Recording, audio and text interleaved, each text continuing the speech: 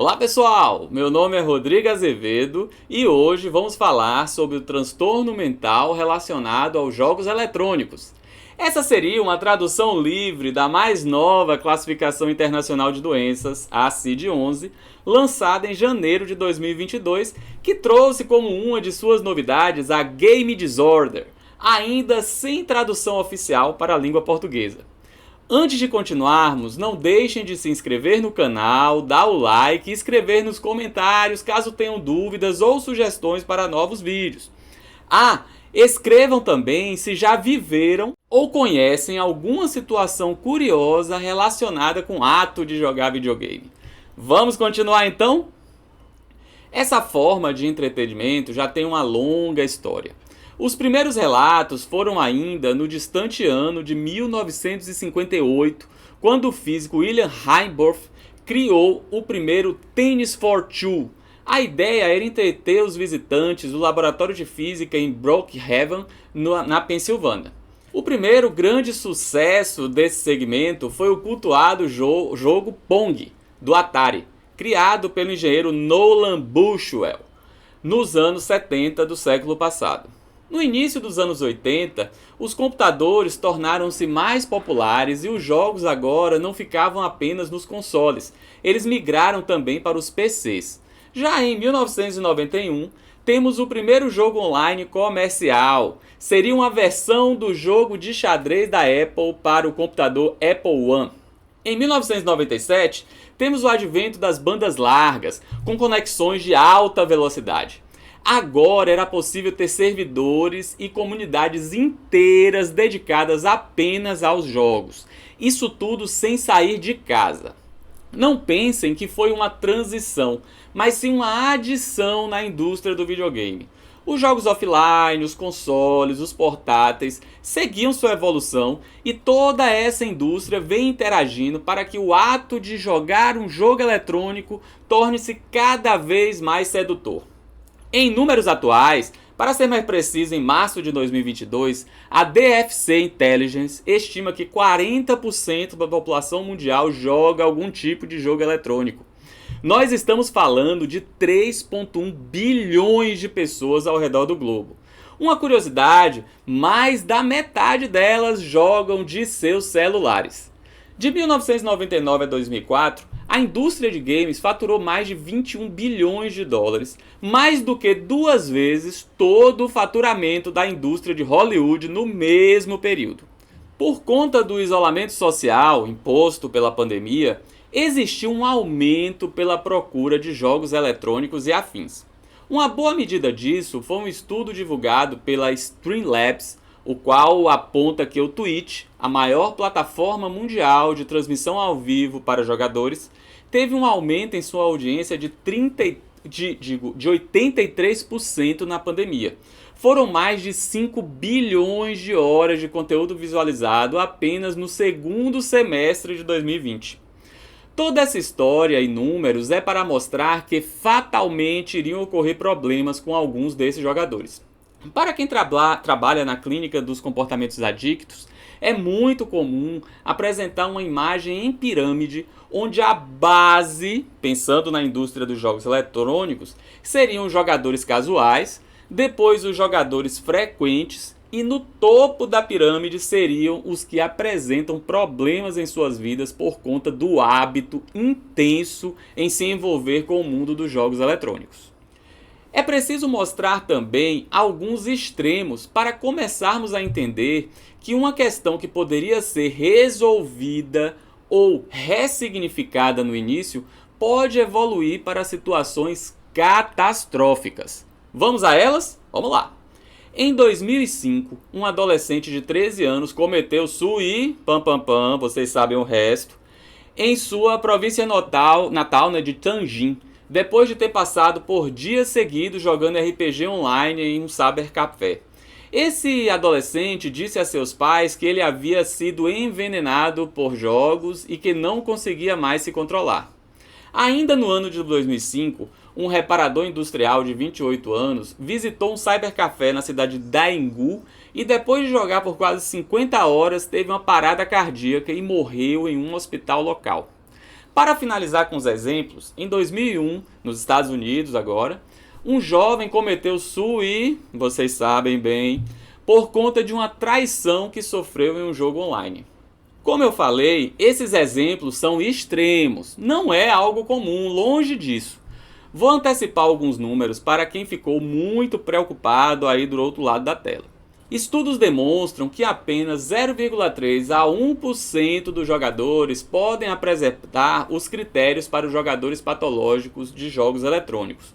Mesmo nesses grupos, segundo a revisão sistemática de 2017, existem evidências que até 50% desses jogadores podem se recuperar sem qualquer intervenção. A ideia é tentar reconhecer essas pessoas que estão no sofrimento com os jogos e as ajudar a ter uma relação mais saudável com o mundo online, ou o mundo dos jogos, mesmo sendo offline. Demonizar só vai promover o afastamento para qualquer forma de cuidado, e santificar a indústria de jogos online é colocar uma venda em nossos olhos e fingir que não existe qualquer problema. Um bom paralelo é o uso da cannabis. Ficar apenas com os argumentos dos defensores ou detratores não é produtivo. O importante é clarificar os riscos sem superestimá-los, para que a decisão de usar ou não seja algo pessoal e com um bom embasamento. Só assim vamos promover a verdadeira liberdade de escolha. Quero aproveitar e recomendar nosso vídeo sobre cannabis medicinal. Vou deixar como recomendação no final do vídeo, tá? Os primeiros estudos sobre o comportamento problemático relacionado aos jogos eletrônicos começaram nos anos 80 do século passado. Até que a Organização Mundial de Saúde, OMS, na sua mais nova classificação de doenças, a CID-11, traz a Game Disorder, ou em uma tradução livre, o transtorno mental relacionado com jogos eletrônicos. Agora, já com uma maior robustez dos estudos, será possível pesquisar ainda mais o tema, pois vamos ter critérios diagnósticos claros que facilitam muito a troca de informações entre os diversos membros da comunidade científica global. Mas afinal, quais seriam então esses critérios? Vamos a eles? Uma grande vantagem da CID-11 foi a simplificação de seus critérios, o que vai facilitar muito o diagnóstico e o entendimento das pessoas. Bom, o transtorno relacionado aos jogos eletrônicos pode ser pensado quando temos um padrão de jogar persistente e recorrente, podendo ser jogos tanto online como offline. Nestas pessoas, podemos observar um controle prejudicado sobre o ato de jogar, como iniciar o jogo a qualquer momento, não conseguir regular o tempo de uso nem a frequência dele, e quando inicia o jogo tem uma dificuldade em parar. É comum também existir um aumento da relevância do jogo na vida dessas pessoas, enquanto outros aspectos da vida vão perdendo seu lugar, como por exemplo relações familiares, amigos, escola, trabalho, entre outras situações comuns na vida das pessoas. Por último, e não menos importante, é continuar com o padrão do jogo, mesmo com a presença de consequências negativas advindas dele. Por exemplo, perder em algumas matérias na escola por conta do jogo e continuar jogando da mesma maneira por não conseguir mudar este hábito. Esse é um bom exemplo desse ponto. Para pensar no diagnóstico, é importante a presença de sofrimento acentuado ou prejuízo significativo em áreas pessoais, familiares, sociais, educacionais, ocupacionais ou outras áreas importantes de funcionamento. Esse ponto é para separar, por exemplo, os jogadores profissionais. Eles não teriam esse nível de sofrimento relacionado ao jogo. Aqui também ajuda a separar aqueles jogadores que acham que são profissionais, mas na verdade estão vivendo uma séria questão de sofrimento psíquico. Acho que muitos papais e mamães já escutaram esse tipo de argumento de seus filhos. Bom, estes critérios devem estar presentes por um período de 12 meses, mas pode ser encurtado se todos os requisitos diagnósticos forem atendidos e os sintomas forem graves. Outro ponto interessante quando estamos diante de alguém que vem jogando em uma quantidade significativa é observar se aquela situação não seria um local de fuga. O jogo em excesso pode mascarar uma depressão, ansiedade, TDAH ou fobia social, por exemplo. Tratar as condições de base pode melhorar a relação com o jogo.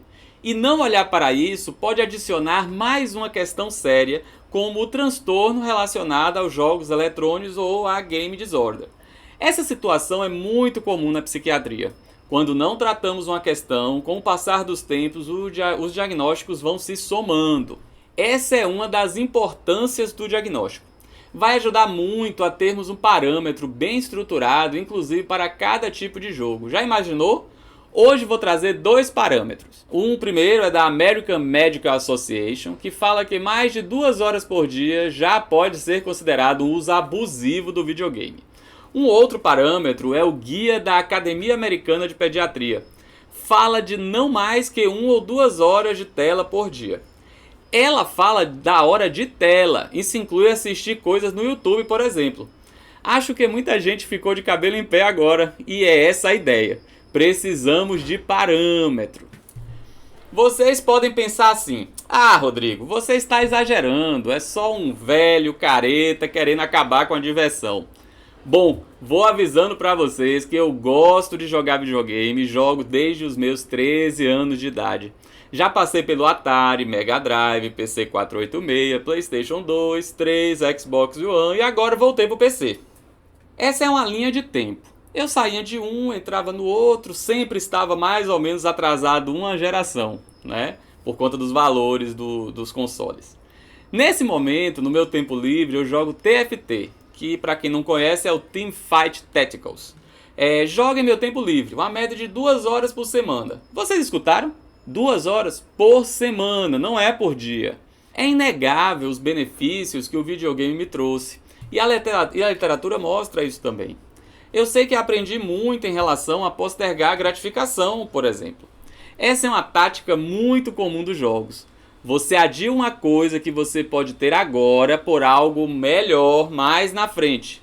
Na vida, essa característica me ajudou, por exemplo, a planejar o futuro. Outro ponto, sempre muito falado, é a melhora na velocidade do raciocínio lógico. Gente, é provável que o canal não existiria se eu não tivesse essa relação com a tecnologia desde minha adolescência. Não estamos demonizando os jogos eletrônicos, mas precisamos olhar para as pessoas que sofrem com comportamento impulsivo relacionado com jogar patológico. Então eu não sou o tio chato que fala do videogame, mas passa a tarde jogando buraco ou dama apostado com familiares ou amigos. A questão é o excesso. Passamos por essas dúvidas em relação a essa pessoa aqui que vem falando de videogame. Vamos tentar entender como é que esse negócio fica tão interessante e viciante.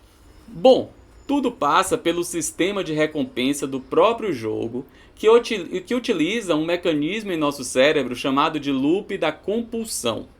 Esse loop consiste em uma cadeia habitual de atividades que serão repetidas pelo usuário para fazer com que o jogador continue a fazer determinada coisa dentro do jogo.